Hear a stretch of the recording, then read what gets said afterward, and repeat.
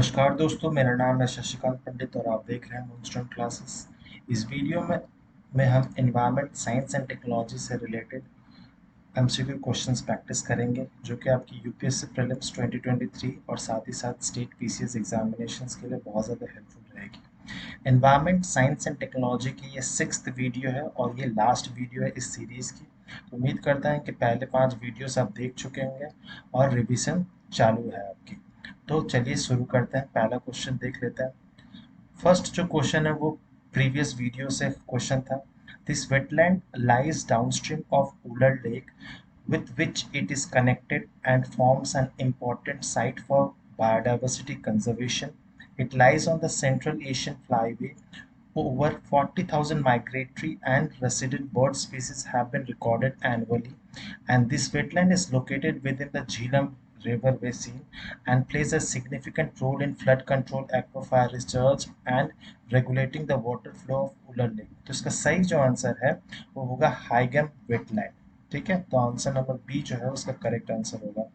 India has added 11 more wetlands on the list of Ramsar sites, और तो जो total strength हो गई है रामसर साइट इंडिया में वो 75 रामसर साइट हो गई है over an area of 13,26,677 hectares in the country in the 75th year of independence. तो ये ग्रेट अचीवमेंट है इंडिया के लिए। जो 11 न्यू साइट्स इंक्लूड की गई है, 4 साइट्स तमिलनाडु से हैं, 3 ओडिशा से हैं, 2 Jammu and Kashmir and 1 each from Madhya Pradesh and Maharashtra. And the Haigam wetland lies downstream of the Wooler Lake. Wooler Lake भी एक रामसर साइट है और it lies in the Central Asian flyways and 40,000 migratory and resident birds species को record की जाती है annually. The wetland also supports mammals, amphibians, fishes और भी aquatic organisms को, and the wetland is located in the within the Jhelum River basins and बहुत important role play करती है in flood control, aquifer research and regulating the water flow of the Wular lake. ठीक है, but it is increasingly threatened by the continuous siltation and willow plantation. Willow एक पेड़ है जिससे cricket bats बनती है एंड न्यूट्रिएंट एक्यूमुलेशन के कारण इस पे बहुत ज़्यादा प्रॉब्लम्स हो रही है। To tackle this issue the government of Jammu and Kashmir has been implementing an integrated management action plan. 2002 से ही ये प्लांट जारी है। तो इस क्वेश्चन का सही जवाब होगा option number B Haigam wetland. Question number first देख लेते हैं। With reference to web 3 consider the following statement. It allows for peer to peer transaction. It तो ये स्टेटमेंट सही है। It has the ability to create and use decentralised application और D apps and smart contracts. ये भी statement सही है। Users data is control mainly by the larger corporation such as Facebook and Google. तो ये statement गलत है। ये जो स्टेटमेंट होगा वो वेब 2 के लिए सही है, वेब 3 के लिए गलत है। ऑप्शन नंबर ए जो है वो करेक्ट हो जाएगा। तो web 3 built on top existing internet infrastructure जो allow करता है for the creation and exchange of digital asset, decentralized applications या DApp, smart contracts in the blockchain system. और Web 3 provides users greater control over the data and digital assets. It offers options and medium for individual to have more privacy and more importantly security of the content and transaction. तो ये जो web 2 का जो version है उससे बहुत ज़्यादा advanced है, बहुत ज़्यादा easy भी है। It allows for peer-to-peer transaction and interactions, which means the user can control their data and choose whom they share it with. ठीक है, तो privacy इसमें मेंटेन रहती है। This D apps can be used for various purposes such as social media, financing, gaming, etc. के लिए हो सकती है। और वेब 3 जो है वो एबिलिटी प्रोवाइड कराता है कि आप अपना डिसेंट्रलाइज्ड एप्लीकेशन और स्मार्ट कॉन्ट्रैक्ट्स बना सकते हैं। तो डिफरेंस देख लेते हैं वेब 2 और वेब 3 में क्या डिफरेंस है। तो वेब 2 जो है वो सेंट्रलाइज्ड है, मीनिंग क्या हो गया, the data is stored in centralised servers owned and controlled by large corporation जैसे फेसबुक, अमेजोन, ये कंपनी है। वेब 3 जो है डिसेंट्रलाइज्ड है, तो इसका डेटा कहीं भी स्टोर्ड नहीं रहता है on a decentralized network of computers, they are owned and controlled by the users themselves. तो जो यूज कर रहे हैं उनके पास रहता है. Intermediaries versus peer to peer. तो वेब टू जो रिलाइज हेविली ऑन इंटरमीडिएरीज जैसे कि bank, social media platforms, online market place to facilitate transaction and interactions. लेकिन वेब थ्री में इंटरमीडिएरीज का कोई रोल नहीं है और directly we can transact directly from one another without the need of intermediaries. फिर वेब टू में जो large corporation Facebook Google have significant control over the data and can monetise in a way that users may not be comfortable with. ठीक है, तो web three में ऐसा नहीं है. User can only share data with those who they trust. तो इसमें more freedom दी गई है. Web three users can trust the network itself to keep their data and transaction secure. Web three एक एडवांस्ड वर्जन है web two का. Next question चलते हैं. Cerebrix and Gardasil are mentioned in the context of Marburg virus disease vaccine, human papilloma virus vaccine, monkeypox vaccine, swine flu vaccine. तो इसका सही answer है option number B, human papilloma virus vaccine. Human papilloma virus comprises more than 100 virus worldwide में, of which 14 causes cancer. तो जो H P V 16 and 18 varieties जो है are responsible for about 70% of the global disease burden. जो human papilloma virus के context में बात हो रही है. It is most commonly causing sexually transmitted infection, S T I का होती है इससे. The higher rate of cervical cancer incidence जो कि वेमेन में बहुत ज़्यादा प्रेवलेंट है cancer. And mortality in India are not attributable to difference in the cervical infection with HPV types. Instead, they are because of the absence of HPV vaccination programs, relatively high quality cervical cancer screening, and lack of access to cervical cancer treatment. तो India में वैसी facilities नहीं थी. तो सर्वाब्रिक्स and गार्डेसिल जो है वो human HPV virus vaccine है. Cervarix is a bivalent vaccine that protects you from HPV types 16 and 18 से प्रोटेक्ट करते हैं. एंड जो Gardasil is available in quadrivalent and nonavalent forms में भी मिलते हैं that protect you against HPV. बहुत सारे स्ट्रेन है 6, 11, 16, 28. तो ये सब वैराइटीज है. और 31, 33, 45, 52, 58 इन 9 वैलेंट और गार्डासिल 9. तो ये गार्डासिल 9 जो है वो इस स्ट्रेन्स के लिए कारगर है. The who WHO now recommends 1 or 2 dose schedules for the girls aged between 9 to 14 years, फिर 15 to 20 years में, और 2 doses with 6 month interval of for women older than 21 years. ठीक है, तो इस क्वेश्चन का सही जवाब है option number B, human papilloma virus vaccine. Question number third देख लेते हैं. With reference to the food irradiation, consider the following statement. It is a technology that improves the safety and extend the shelf life of the foods by reducing or eliminating microorganisms. ये statement बिल्कुल सही है. It changes the taste and texture of the food. तो ऐसा बिल्कुल नहीं होता food irradiation से. It effectively eliminate organisms that causes foodborne illness such as salmonella and Escherichia coli. तो ये statement बिल्कुल सही है. तो 1, 3 जो है वो सही होगा. ऑप्शन नंबर डी जो है करेक्ट आंसर है. The food irradiation, the application of ionizing radiation to the food, is a technology that improves the safety and extend the shelf life of the food by reducing or eliminating microorganism and insect. Mainly ये UV radiation से treat की जाती है. Like जैसे पैस्चराइजिंग milk हम लोग heat करते हैं या Canning fruits and vegetables, irradiation can make food safer for the consumers. और ये मेनली जो हाईली इंडस्ट्रियलाइज्ड कंट्री है उसमें इरेडिएशन प्रोसेस बहुत ज़्यादा रेगुलर है. जैसे अगर हम लोग कुछ भी फूड एक्सपोर्ट करते हैं यूरोपियन कंट्रीज या यूएसए में, तो इरेडिएशन देखा जाता है कि माइक्रो ऑर्गेनिजम्स कुछ प्रेजेंट तो नहीं है. अगर प्रेजेंट होते हैं तो वो फूड रिजेक्ट कर देते हैं और जो भी एक्सपोर्ट हम लोग करते हैं वो रिजेक्ट कर देते हैं, वापस आ जाता है. तो इरेडिएशन के बेनिफिट्स क्या क्या है. तो prevention of food borne illness such as salmonella and Escherichia coli जैसे बैक्टीरियाज ग्रो ना कर पाए. Preservation to destroy the inactive organism that causes spoilage and decomposition and extend the shelf life of the food. तो ये सब benefits है. Control of insects, जो insects present होंगे उनको मार दिया जाए। लेकिन नॉर्मली क्या होता है, irradiation also decreases the need for other pest control practices that may harm the fruit. Pest control practices से क्या होता है, फ्रूट की जो क्वालिटी होती है वो डिस्ट्रॉय हो जाती है, बट इरेडिएशन से नहीं होती है।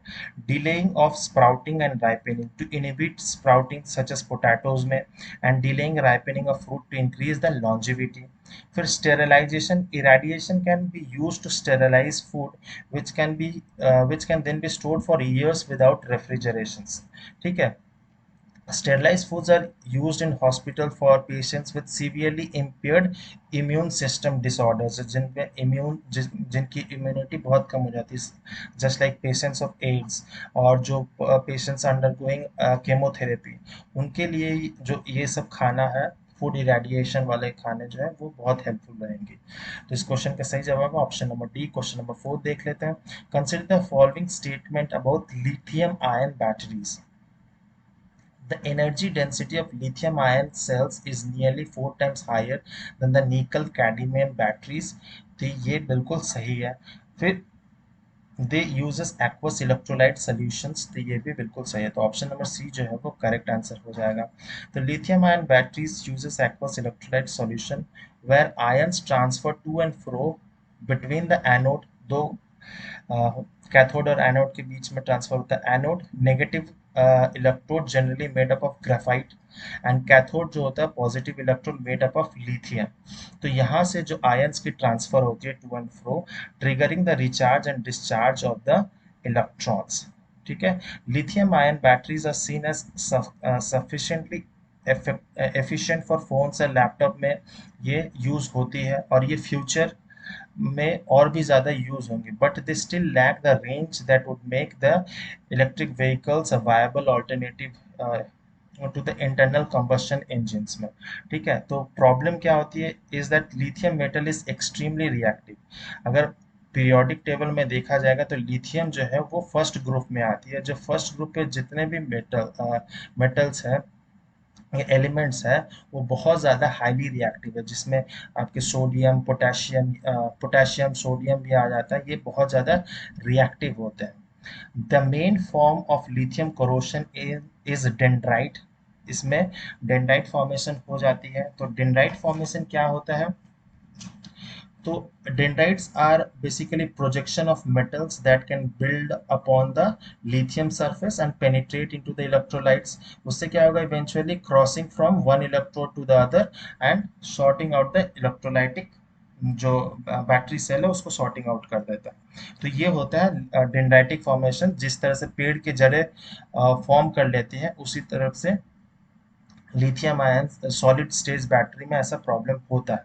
ठीक है। शॉर्ट सर्किटिंग द सेल हो जाता है। फिर in current lithium ion batteries in which electrolyte is flammable liquid, dendrite formation can trigger fire. तो बहुत केसेस आप देखे होंगे कि जैसे ओला के स्कूटर्स या बहुत सारे इलेक्ट्रिक व्हीकल स्कूटर्स में आग लग जाती है अचानक से, तो ये इसी का ही प्रॉब्लम है। तो ये इस पे वर्क करना बहुत ज़रूरी है, तभी जाके सेफर हो सकता है यूज करने के लिए। तो इस क्वेश्चन का सही जवाब option number C. Question number 5 देख लेते हैं। Consider following pairs, wildlife sanctuary match करनी है। तो Tansa wildlife sanctuary Maharashtra में है, ये बिल्कुल सही है। Gandhi Sagar wildlife sanctuary Gujarat में नहीं, मध्य प्रदेश में है। सतकोसिया वाइल्ड लाइफ सेंचुरी जो है वो ओडिशा में है, ये भी गलत है। Barda wild life sanctuary Gujarat में है।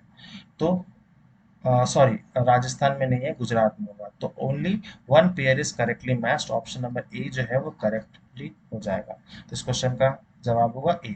क्वेश्चन नंबर 6 है। Zoji La tunnel was recently in the news, it will connect Jammu and Srinagar, ले एंड कारगिल, श्रीनगर एंड ले, मनाली एंड ले। इसका सही जवाब होगा श्रीनगर एंड ले। जो दो जम्मू एंड कश्मीर यूटी की कैपिटल है श्रीनगर, एंड लद्दाख की कैपिटल ले, तो दोनों ही कैपिटल सिटीज को जोड़ेगी Zoji La tunnel. India's longest road tunnel and is expected to be Asia's longest bi-directional tunnel, boasting a length of 14.15 kilometers, and the tunnel will connect Srinagar and Leh. The upcoming Zojila tunnel provide perennial connectivity, पूरे साल भर के लिए connectivity between the Ladakh and the rest of the country.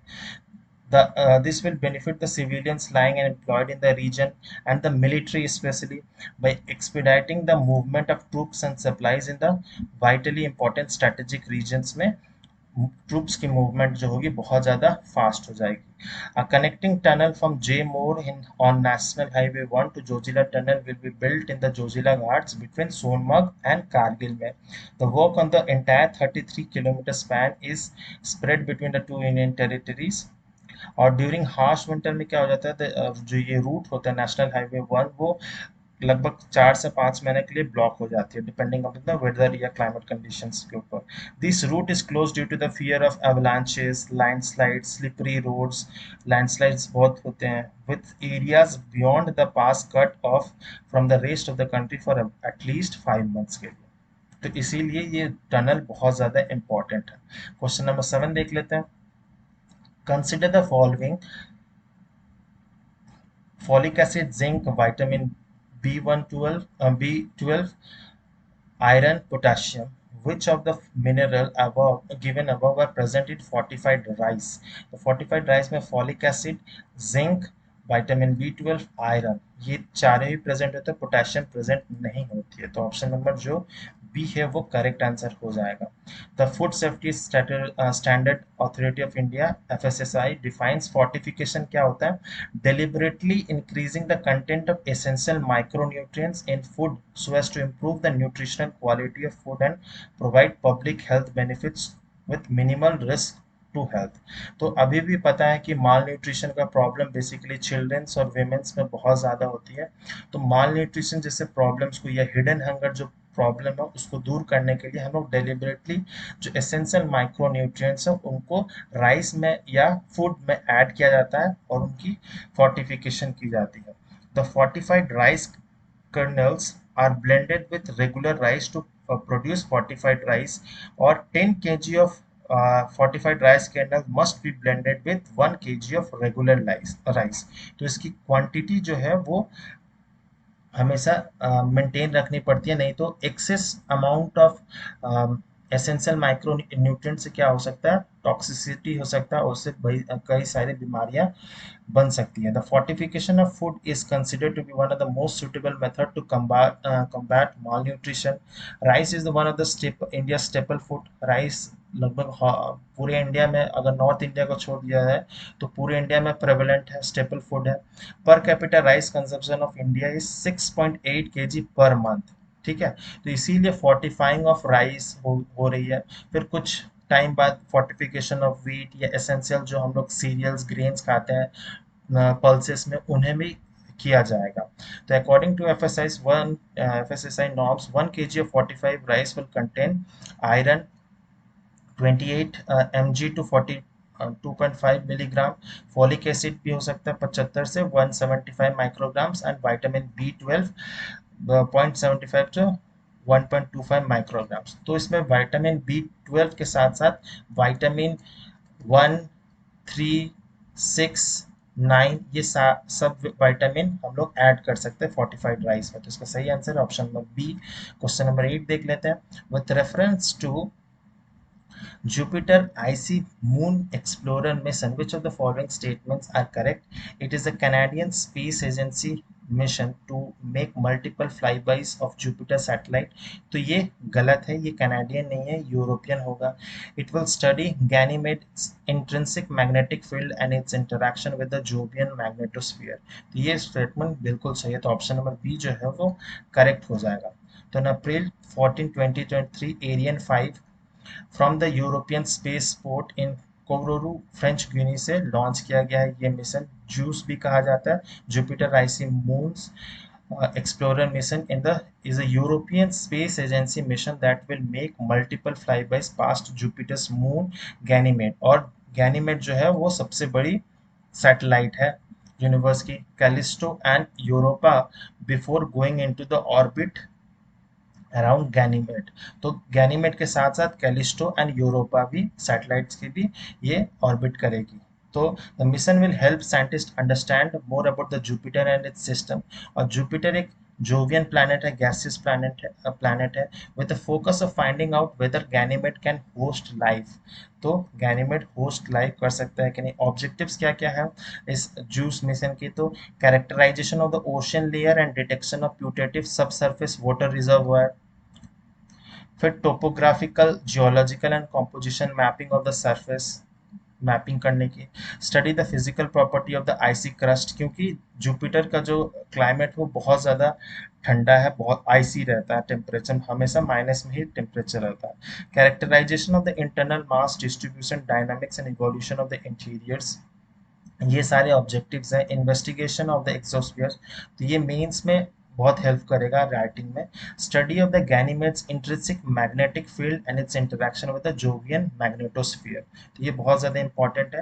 And the Europa, the focus is on the chemistry essential to life including the organic molecules and on the understanding the formation of surface features and the composition of non water icy materials. तो जो chemistry है basically Jupiter की, और Jupiter के साथ साथ जो moon satellites हैं उनका स्टडी करने के लिए ये जूस मिशन है बाई यूरोपियन एजेंसी। तो इसका सही जवाब है ऑप्शन नंबर बी। इस वीडियो में इतने ही क्वेश्चन थे, उम्मीद करता हूँ बहुत कुछ सीखने मिला होगा। और एनवायरनमेंट साइंस एंड टेक्नोलॉजी की ये लास्ट वीडियो है फॉर प्रीलिम्स यूपीएससी प्रीलिम्स 2023 के लिए। सब्सक्राइब कर लीजिए मूनस्टोन क्लासेस को, hit the bell icon to get timely notification. Till then, bye bye, Jai Hind, and best of luck for the examination.